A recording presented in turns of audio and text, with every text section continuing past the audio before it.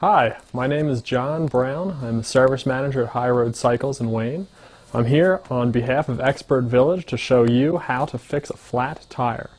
What we do is we begin with taking the wheel off of the bicycle.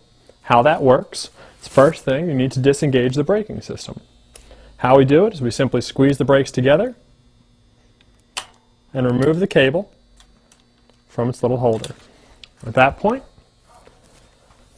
we use the quick release. How a quick release works is it holds the wheel in place.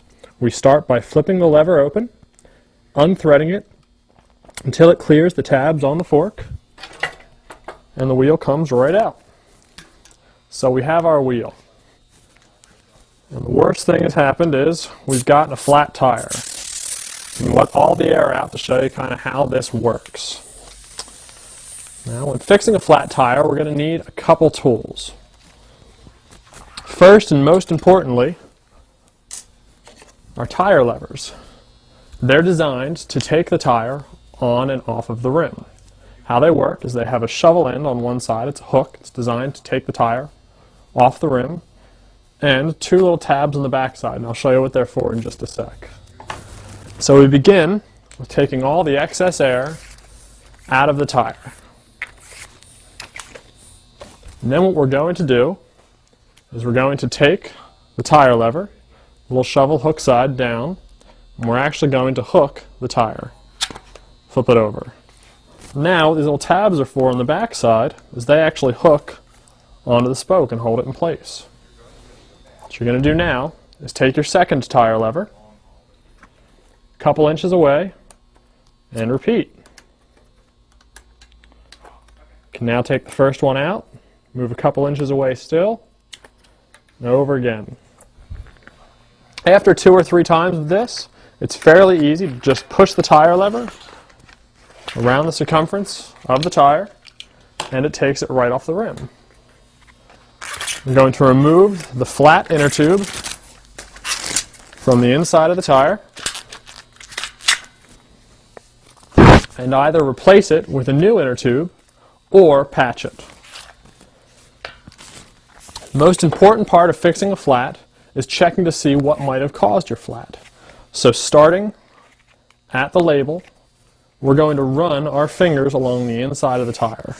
What we're looking for is any sharp object or any slice in the tire that might have caused the flat.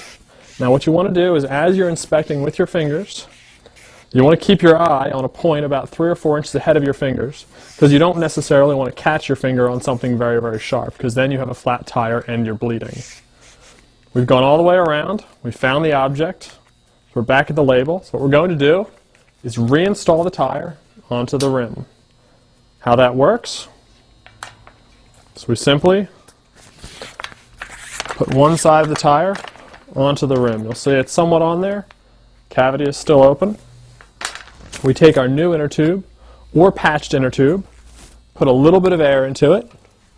I'm going to do that with the floor pump here, but you can use any sort of pump you might have, whether it be a floor pump, foot pump, hand pump, or CO2 inflator.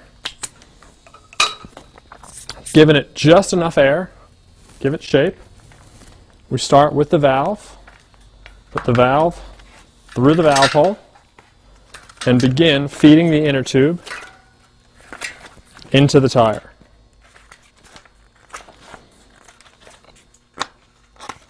Once we have the inner tube into the tire, we just start working that tire back onto the rim.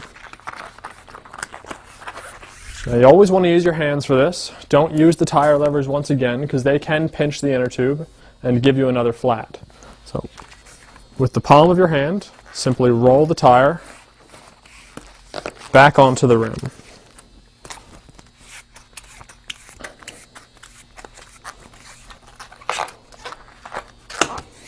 There we go, it's back in place. Now what we're going to do is put air back into the tire. In this case, I'm going to use a CO2 inflator. These things are super cool. All you need to do is, there's a charged CO2 canister and the inflator. Put it on, press it on, and it's full. We're done.